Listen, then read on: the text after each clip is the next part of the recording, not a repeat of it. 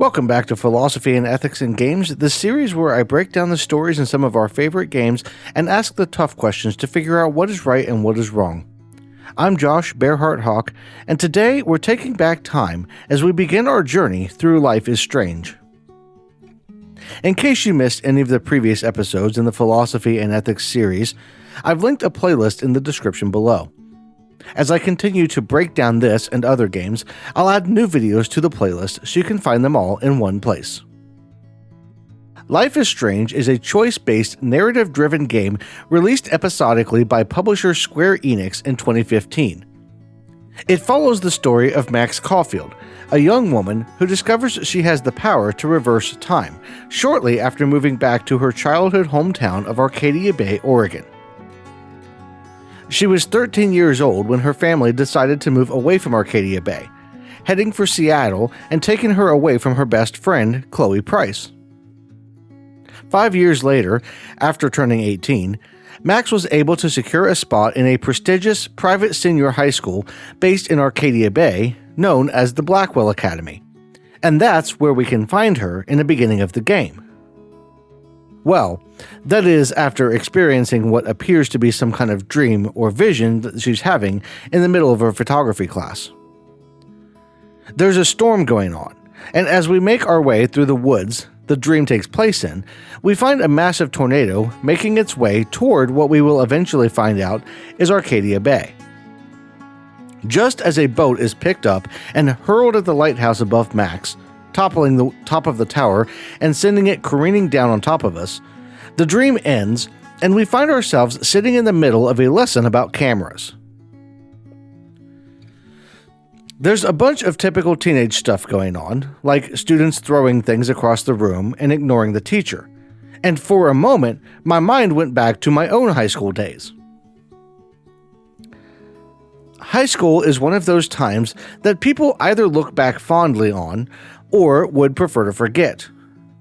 You're stuck in a building with typically hundreds of other teens, all fighting their raging hormones and dealing with their own version of figuring out who they are and what they're going to become. There's typically a social hierarchy involved, made up of groups like jocks, nerds, preppy kids, theater kids, the goth kids, and other groups that all think they are unique because they are just so different from everyone else. I personally hated high school, though that was mainly because I have a tendency to flout authority, which doesn't go well when you have parents, teachers, and coaches all expecting you to follow the rules exactly as they're laid out, no matter how dumb they might be. Despite that, I'm sure there are several kids we'll meet in Blackwell that I, and most of you, will be able to relate to as we go through the series. I can definitely relate to Max in at least one aspect though, as we share a love of photography. It's that love that drove her to apply to Blackwell Academy in the first place, and as we get the chance to read her journal, which isn't creepy because as she is the player character, we technically wrote it, we find out a little about who she is and what the school is like. She's at least somewhat adventurous, as she seems to have been expecting Seattle to be more exciting, and as she alludes to plans to go on adventures with her former best friend Chloe. She also seems to be wanting, at least a little, to reinvent herself, as she writes about maybe getting a new wardrobe, cutting her hair, and getting some tattoos or a piercing.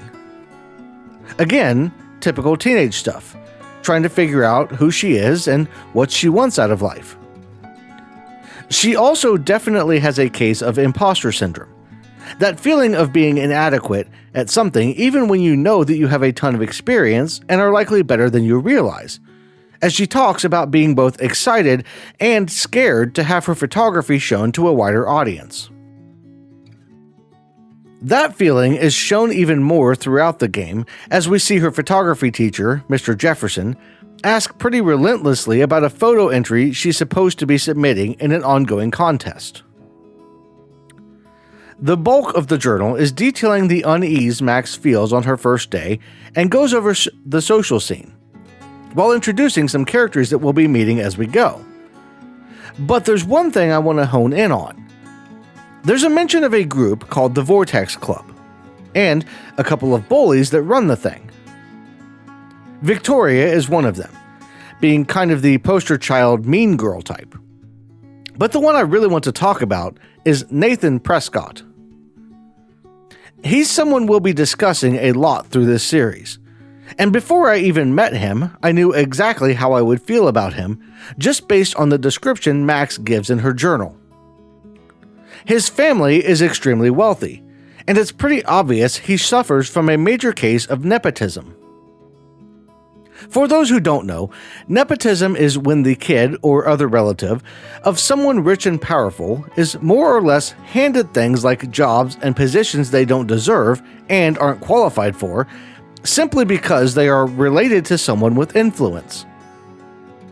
We see this all the time in the real world, on both a local scale, with small towns being rife with this kind of corruption, and on a bigger national scale when we see the children, friends, and family of rich and powerful individuals being put into positions of power either in big companies or even in the government. It is an absolutely atrocious practice because it favors knowing the right people and sucking up to them over being qualified or knowledgeable in a particular skill set. And it's something I'm going to call out every time because it should never happen. But we'll be getting much deeper into that when the time comes. The other big thing from the journal is the mention of how Max hasn't spoken to her supposed best friend forever, Chloe, in the 5 years she's been absent from Arcadia Bay.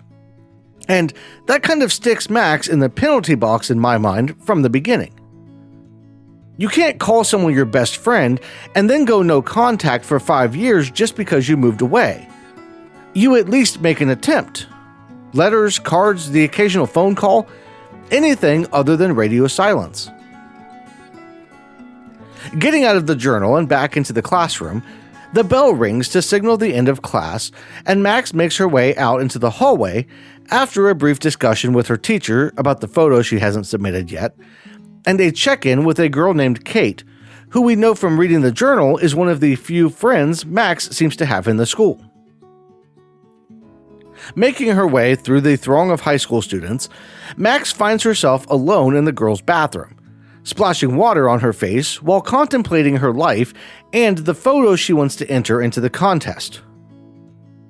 Deciding the photo wasn't worth keeping, she tears it up and tosses it on the ground, showing that she also doesn't care too much about the janitorial staff. It's at that moment, though, that things start going off the rails for Max. A blue butterfly floats in through the open bathroom window, catching her attention and causing her to take out her camera to get an image of the thing as it settles onto a mop bucket. She's only just taken the shot when the bathroom door opens and Nathan Prescott walks in. The fact that he's chosen to just waltz into the girls' bathroom like he owns the place tells us everything we need to know about what kind of person he is. This isn't some mistake where he accidentally walked into the wrong bathroom in a public building he's unfamiliar with. He came in here for a reason. He seems pretty shaken about something and reassures himself in the mirror that he's in total control of things, even suggesting he could destroy the school if he wanted and get away with it. We've barely spent any time with him, and it's clear we can add narcissism to the list of issues he has. But as he's talking to himself, we find out the reason for his nervousness as a blue-haired girl comes traipsing in to confront him about what seems to be a drug deal. She's threatening to go to his parents when he pulls a gun on her, and within seconds the thing goes off, presumably killing the girl and bringing Max out of her hiding spot to try and intervene. But something happens in that moment that will change everything for Max and many others. Time slows to a crawl, stopping completely and seeming to reverse in a split second that winds up making the whole thing seem like nothing more than a dream as Max once again wakes up in her photography classroom. We're basically living through Inception at this point, a dream nestled in a dream, and there's no way to know what's real and what's not. And imagine for just a second that you'd gone through something similar. where you'd had back-to-back dreams that were so real you couldn't tell the dream from reality, and you found yourself waking up in a world that was familiar but that you couldn't be sure wasn't just another dream. This kind of experience would cause even the best of us to question the very reality we live in. And it causes Max to question herself a bit as well, as she experiences what has to be a serious hit of déjà vu, with things in this new possible dream playing out just like they did the first time she thought she'd woken up. As she recounts the events of that dream, she knocks her camera off her desk, causing it to shatter and surprisingly not catching the attention of everyone else in the room.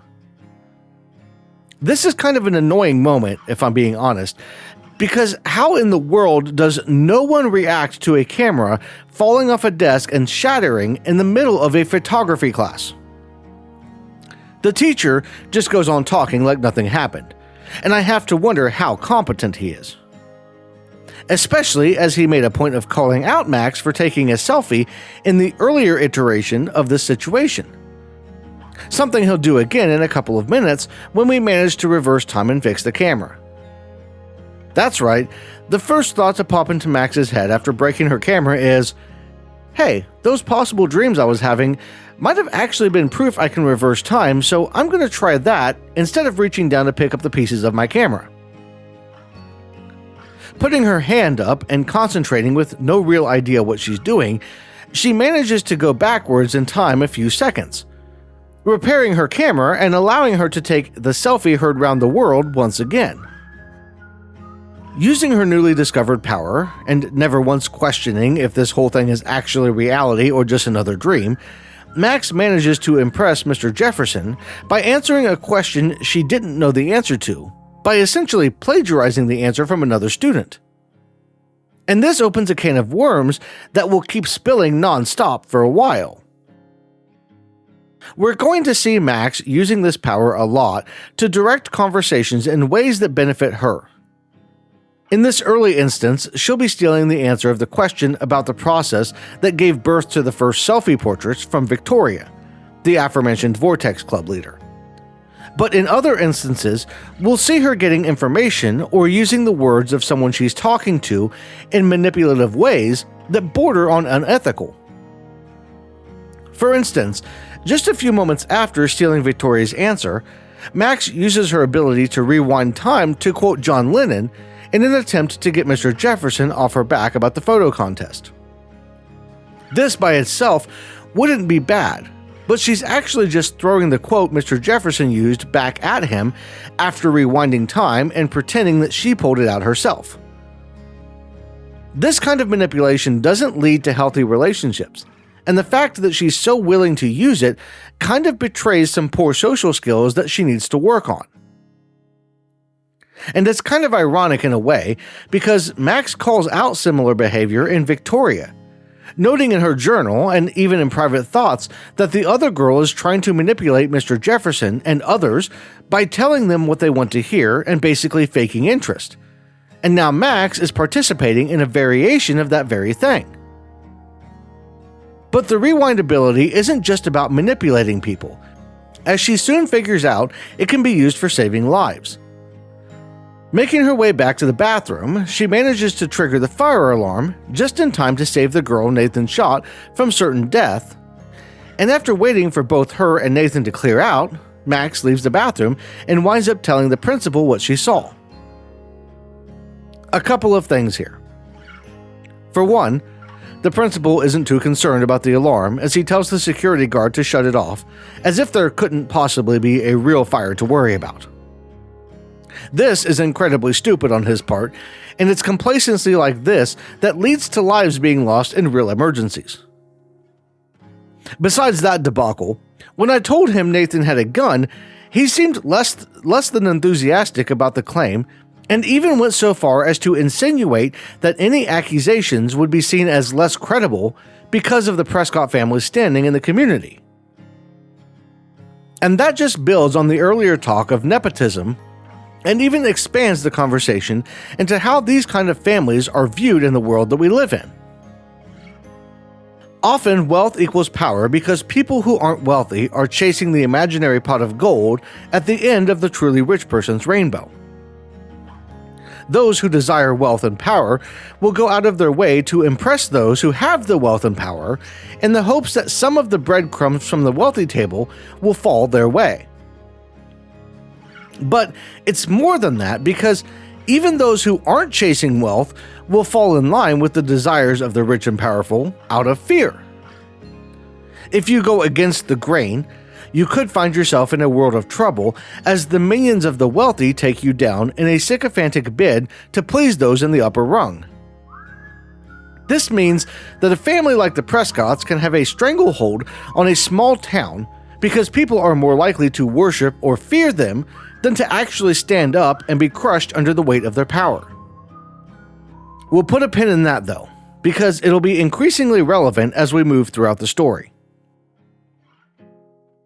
Leaving the school and heading for our dorm, we wind up running into one of the parts of the game I really don't like: the puzzles. Now, I'm only bringing this aspect up because there are a lot of these kinds of situational instances that I personally find more annoying than anything. This particular puzzle involves exploring the area to figure out a way to make Victoria and her friends move away from the door so that we can go inside, and for me, it distracts from the story and takes me out of the moment. I love the conversational parts and the investigative aspects that we'll get into later on. But these figure out how to overcome the arbitrary obstacle features are about as frustrating to me as the quick-time events that I hated in games like The Walking Dead and Detroit Become Human. I get why they exist, as most people want the gamified elements to provide a sense of accomplishment that comes with the shallower mechanics. But I would have enjoyed the game so much more if I wasn't being tasked with random puzzle events all the time. After rewinding and trying things out for way longer than I should have needed to, I made my way into the dorm and spent some time checking out the space for any possible story elements and characters worth chatting up. While I did grab some lore and information that will be talked about when the time comes up in the story, the main purpose of going to the dorm was so we could get a flash drive that needed to be returned to Max's friend Warren. That retrieval wasn't as simple as I thought it would be, as we needed to resolve a dispute between a couple of other girls before getting the flash drive back from the girl who borrowed it from us. But after a little espionage and drama, we recovered the drive and headed out to meet Warren. On the way, we actually stumble into something that will drive the story a lot more than I expected, as we see the security guard harassing Kate, and we have to choose to either step in and help her out, or take a photo to document the activity. My first instinct here was to take the photo, and that was what I wound up doing initially. I don't like to see abuses of power like that, and getting some hard evidence of the event seemed like the logical thing to do, with my hope being that I would be able to use it later to get the security guard in trouble. But after seeing Kate's reaction to me leaving her hanging and thinking it over, I decided to rewind and step in. Overall, as much as the photo might have been useful at some point, it only captures the moment and isn't really proof of anything other than Kate being yelled at by a campus security. Anyone could argue that she had maybe done something wrong that got her yelled at, making the photo kind of moot. She also seemed to be in need of a friend in the moment, and ultimately, having someone stand up for her while also providing a visible witness to the argument makes more sense to me. Finally, reaching the parking lot, we're introduced to Warren, and we're able to have a short conversation with him before being interrupted by Nathan Prescott, who isn't happy that we told on him. And, are you serious right now? The principal is quickly climbing the ladder on my shit list. Most organizations, schools, workplaces, and the like have the concept of anonymous reporting and will encourage people to speak up if they see something going on that shouldn't be happening. This protects the reporter from retaliation and means that people are more likely to report possible dangerous or illicit activities. This is a good thing, because on the whole, it's actually better for someone to speak up and have an incident wind up being nothing, than to have someone stay quiet for fear of retribution and have the incident get people injured or killed. The principal knows the Prescott family is vindictive, and that Nathan isn't as good as everyone pretends, and yet he still told the boy that Max was the one who reported the gun incident. This is not only a potential breach of ethics, depending on if the school has a code of ethics in place or not, but it is also negligent and could put Max's life at risk. And I say he put Max's life in danger because we see how violent he gets in this interaction. He's pissed and he's out for blood because Max dared to speak up and say something, even as he knows for a fact that what she said really has no effect on him because his family status in the community protects him. Though, as we'll see later on, Nathan has a lot of serious mental health issues that likely contributed to his reaction here. Just as Nathan is getting violent, a pickup truck driven by the girl that he'd been threatening in the bathroom shows up, and Max winds up climbing in and fleeing with the girl, who turns out to be her old BFF Chloe, as Nathan and Warren duke it out. As they talk and drive, we find out that Max's camera was damaged in the scuffle, and we wind up back at Chloe's house, searching for and acquiring some tools to attempt a repair. In the process of searching for the tools, though, it's revealed that Chloe's stepdad is none other than the security guard at Blackwell, and my, what a small world we live in. He's apparently really into surveillance as well, with cameras all over the house and plans to put them up in Blackwell. But that's something that will come into play later on. That isn't the only revelation here, as we also find out that Chloe is intimately tied to a girl who went missing a few months before Max arrived, Rachel Amber. Rachel apparently took Max's place in Chloe's life after Max moved away, and while her disappearance has apparently been more or less pushed aside by most other people, Chloe hasn't stopped looking. In fact, the missing persons posters that we can find plastered around town were put up by Chloe. The camera is beyond repair, but Chloe gifts Max with a new one after finding out that it was us that saved her with the fire alarm earlier in the day. She figures it out when she sees the photo of the butterfly and puts two and two together. And let's take a second to talk about that butterfly and the symbolism here, because it's kind of fascinating. With Max's ability to change things, we get a rather unique chance to witness multiple outcomes with many different situations. Even so, those outcomes aren't always limited to just the immediate aftermath.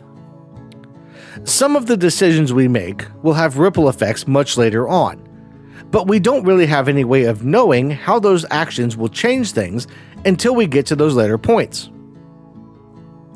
This is a situation best described through the butterfly effect.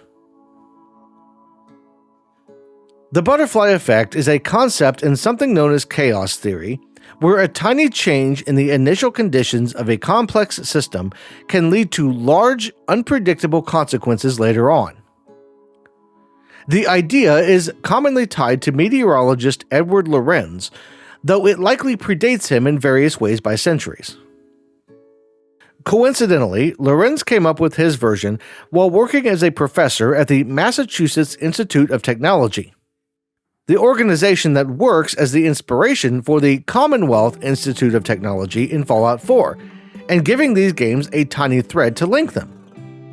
Essentially, he'd been working on a weather simulation and wound up rounding one of the values he was using down from 0.506127 to just 0.506.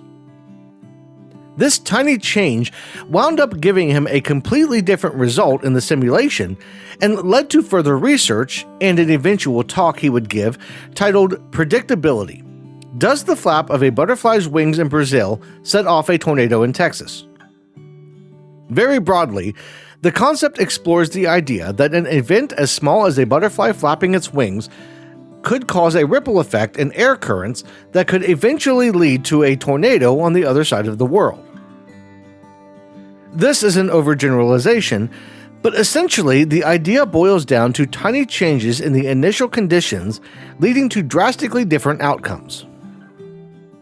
So, for instance, Max deciding to talk to someone or to intervene or not intervene in a situation could lead to a later outcome that varies greatly from the outcome that would have happened if she'd only done the opposite.